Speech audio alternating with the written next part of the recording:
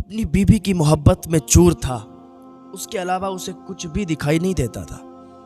बड़ी मोहब्बत थी। एक पल भी अगर बीवी उससे जुदा हो जाती थी तो वो उसकी आंख में आंसू आ जाते थे। वो बीवी की तड़प चाहत और ज्यादा हो जाया करती थी। अपनी आंखों से वो अपनी बीवी को जुदा नहीं होने देता था। हर वक्त बीवी के सामने रहता था। वो एक काम कहती थी, वो दो काम किया करता था। वो एक चीज मांगा करती थी, वो दो चीजें दिया करता था। कभी भी बीवी की आंखों से आंसू निकलने नहीं दिए थे उसने। ऐसी उसे अपनी बीवी से मोहब्बत थी, चाहत थी। एक दिन इसने क्या देखा कि बीवी की तबीयत खराब हुई। अब जिससे ज्यादा मोहब्बत हो, अगर उससे तबीयत भी खराब हो जाए तो फिर अजीब लगता है। और इससे तो अपनी बीवी से बहुत ज्यादा प्यार था, इश्क था। बीवी की तबीयत खराब हुई, डॉक्टर के पास ले गया। डॉक्टर ने कहा कि जल्दी इसको और बड़े डॉक्टर को दिखाओ। उसने और बड़े डॉक्टर को दिखाया। उसने कहा मेरे पास भी इसका इलाज नहीं है। इसकी दोनों किडनी खराब हो चुकी हैं। दोनों किडनी अगर इसकी पड़ जाए तो हो सकता है इसकी जान बच जाए। इसकी जान बच भी सकती है और नहीं भी बच सकती। हम तो कुछ नहीं कर सकते ना। उसने कहा यार डॉक्टर साहब, मेरी दोनों किडनी निकाल लो आप, लेकिन मैं अपनी बीवी को अपने सामने मरता हुआ नहीं देख सकता। मैं अपनी बीवी के लिए जो भी आप कहोगे मैं वो करने के लिए तैयार हूं। सम का एक एक कतरा देने के लिए तैयार हूं, पर मेरी बीवी को बचा लो। मैं नहीं चाहता कि मेरी बीवी मेरे सामने मर जाए। मेरी जान चली जाए, मैं मर जाऊं, लेकिन मेरी बीवी मेरे सामने ना मरे। मैं उसके सामने मर जाऊं तो मुझे कोई फिक्र नहीं है, क्योंकि मुझे अपनी बीवी से बेइंतहा प्यार है। मैं उसकी मौत को बर्दाश्त नहीं कर सकता। डॉक्टर साहब क्या करना है? डॉक्टर ने कहा ठीक है, अगर आप इतनी जिद करते हो तो तुम्हारी दोनों किडनियां निकाली जाएंगी। उसने कहा कोई बात नहीं, मैं अपनी दोनों किडनियों को अपनी बीवी को दे दूंगा। मेरी बीवी की तो जान बच जाएगी। मैं अपनी बीवी को अपने सामने मरता हुआ नहीं देख सकता। डॉक्टर ने उसकी दोनों किडनियां निकाली, उसको ऑपरेशन किया, दोनों किडनियां निकाली। दोनों किडनियां उसने, उस नौजवान ने, उस आशिक ने दोनों किडनियां अपनी बीवी को दे दी। उसकी बीवी को वो दोनों किडनियां जब पहुंच गई, फिर भी वो ठीक नहीं हुई। वो और बड़े डॉक्टर के पास ले गया, लेकिन सबने जवाब दे दिया। घर पे लाया, खिदमत करने लगा। बीवी ठीक नहीं हुई, दोनों किडनियां इसकी भी चली गई। सांस लेने में भी दिक्कत होती थी इसे, लेकिन अपनी बीवी को जिंदगी देने के लिए, अरे जिंदगी तो अल्लाह के इख्तियार में है। इंसान क्या जिंदगी दे सकता है, लेकिन एक कोशिश की थी, अगर दोनों किडनियां दे देंगे तो हो सकता है मेरी बीवी बच जाएगी। दिल के कानों से सुनना मेरी बात को, तवज्जो से सुनिएगा। इसने दोनों किडनियां दान की, बीवी फिर भी ठीक नहीं हुई। बीवी घर आ गई, खिदमत करने लगा। दिन ब दिन तबीयत खराब हो रही। बीवी आखिरी सांसें गिनने लगी, मरने के करीब हो गई। अब इसकी आंखों से आंसू नहीं रुक रहे थे। जब जिससे ज्यादा प्यार होता है तो फिर उसे बहुत तड़प भी होती है कि उसका महबूब उसके सामने ही दम तोड़ेगा तो फिर उसके दिल पर क्या गुजरेगी। आशिक बैठा हुआ है, माशूक सामने है और जान निकल रही है। बीवी सामने है, शौहर बैठा हुआ है, जान निकल रही। बड़ा परेशान है। इतनी मोहब्बत इसने कर ली थी कि इतनी मोहब्बत इसे और किसी चीज से, किसी से भी नहीं थी जितनी इसको इसकी बीवी से मोहब्बत थी। ऐसे ही 2-3 दिन चला और 2-3 दिन के बाद इसी के सामने बीवी तड़प तड़प कर मर गई। उसकी जान निकल गई। मलकुल मौत आ गए, रूह को कब्ज कर लिया, चले गए। बीवी जब इंतकाल कर गई, इसने देखा कि बीवी ने तो साथ छोड़ दिया, वो तो इंतकाल कर गई। इतना रोया कि आंखें सूज गईं, आंखें फूल गईं, आंसू खत्म हो गए।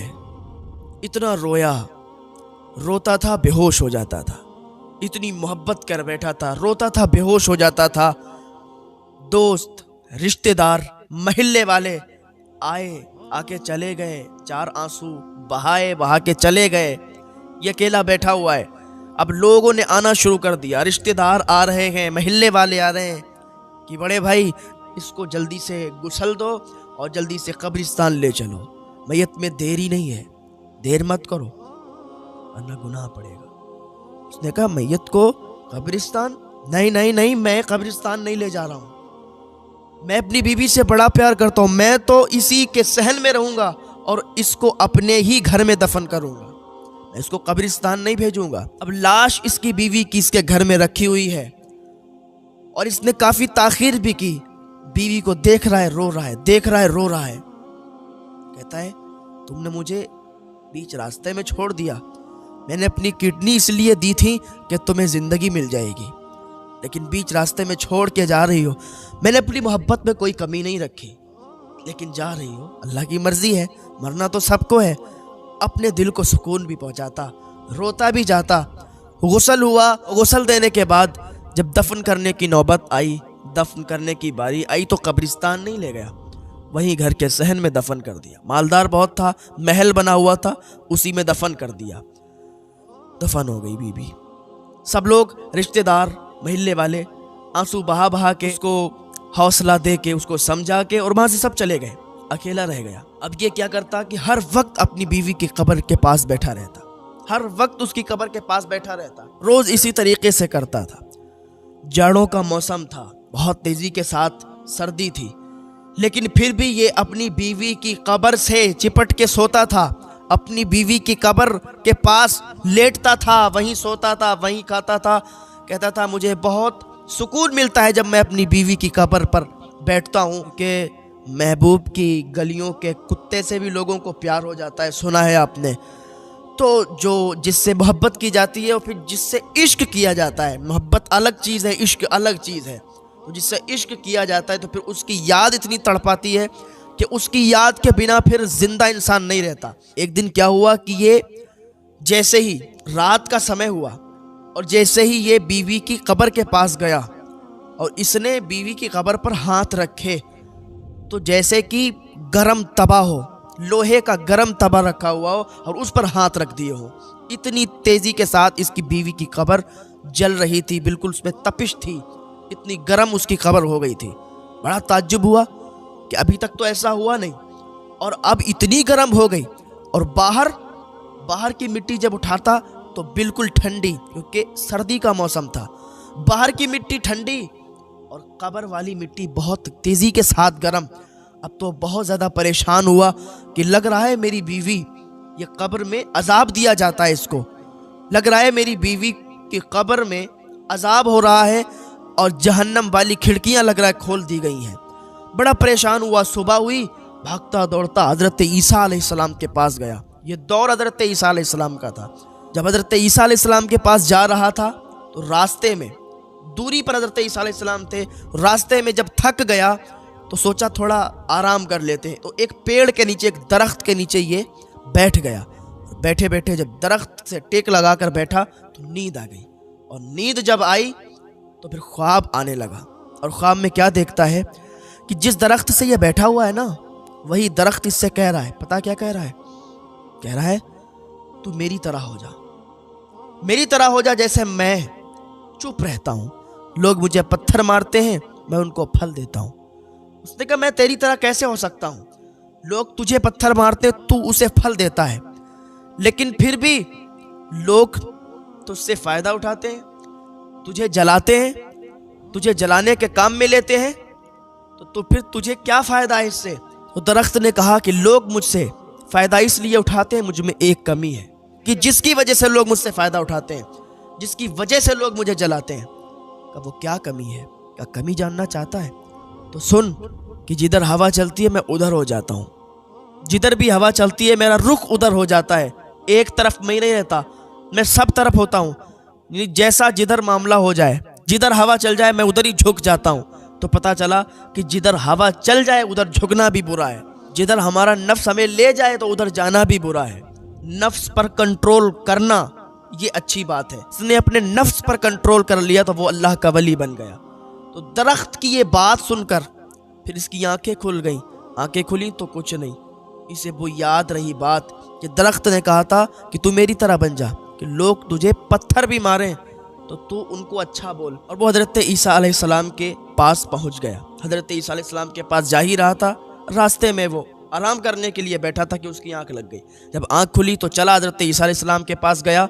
जाने के बाद अदब से खड़ा हो गया, सलाम अर्ज़ किया और कहने लगा कि हुजूर मैं आपके पास एक मसला लेकर आया हूँ। हज़रत ईसा अलैहिस्सलाम ने फरमाया क्या मसला लेके आए हो बताओ। कहा हुजूर मैं परेशान हूँ, मैं बहुत ज़्यादा परेशान हूँ और दो बातों ने मुझे परेशान कर रखा है।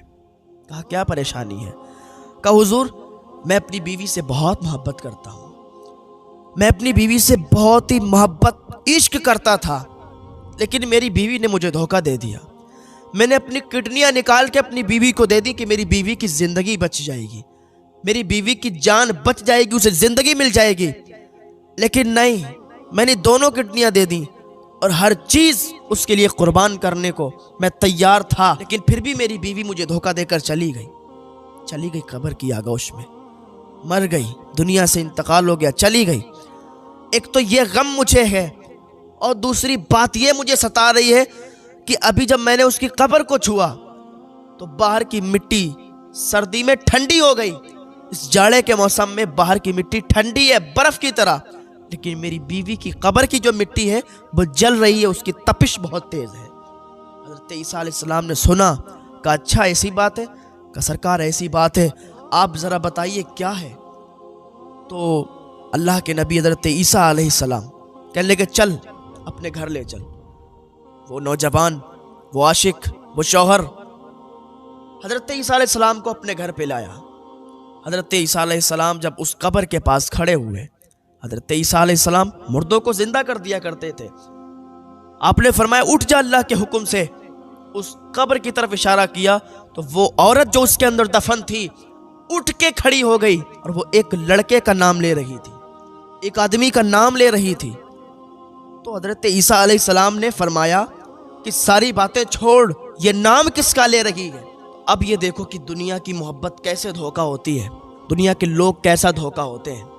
हम सामने जो चीज़ देखते हैं असल नहीं होती, कभी कभी हम जो देखते हैं वो होता नहीं, हम जो सोचते हैं होता नहीं, हम जिस पर यकीन करते हैं वो खरा नहीं उतरता, हम जिस पर भरोसा करते हैं वही दगा दे जाता है।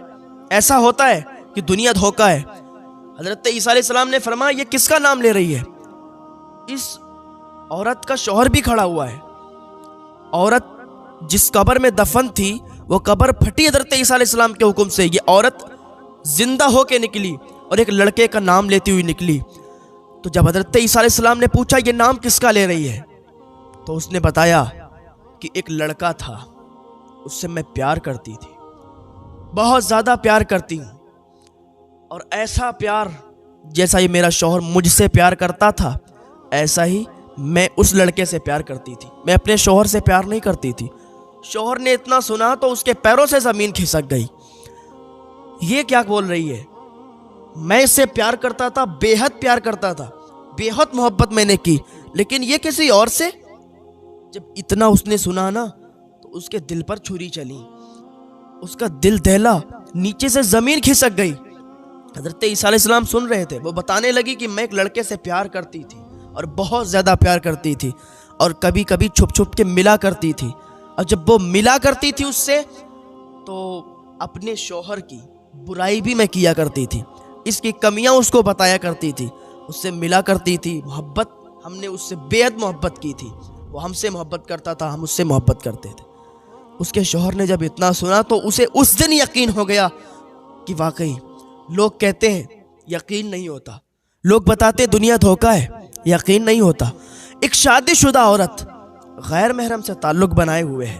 तो हज़रत ईसा अलैहिस्सलाम ने फरमाया कि अच्छा ये बता कि तेरी कब्र ये गर्म कैसे है, क्या इसमें अजाब हो रहा है। उसने बताया कि मुझे दो चीज़ों का अजाब हो रहा है। कहा क्या। कहा एक तो ये कि मैं अपने शौहर के होते हुए गैर महरम से ताल्लुक़ रखे हुए थी, अपने शौहर के होते हुए मैं दूसरे से मोहब्बत करती थी, और ऐसी मोहब्बत करती थी, इश्क किया करती थी, और अपने शौहर से इतना प्यार नहीं करती थी।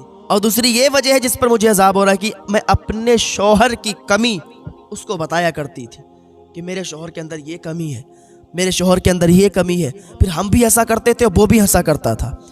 तो ये दो चीज़ों की वजह से अल्लाह अकबर, इसने कितना प्यार किया था, इसे कितना प्यार किया था, इतना प्यार किया था कि इसके सामने से वो कितना प्यार करता था ये अपनी बीवी से, इतना प्यार कर, वो कितना प्यार किया करता था अपनी बीवी से। अपनी दोनों किडनियां उसको दे दी और कहता था सामने अगर इसकी मौत हो गई तो मैं भी मर जाऊंगा। जब इतना सुना तो उस दिन उससे पक्का यकीन हो गया, पुख्ता यकीन हो गया, बाकी दुनिया धोखा है, ये धोखे का घर है, ये मच्छर का पर है, ये मकड़ी का जाला है, ये मकड़ी का घर, ये हकीकत नहीं है।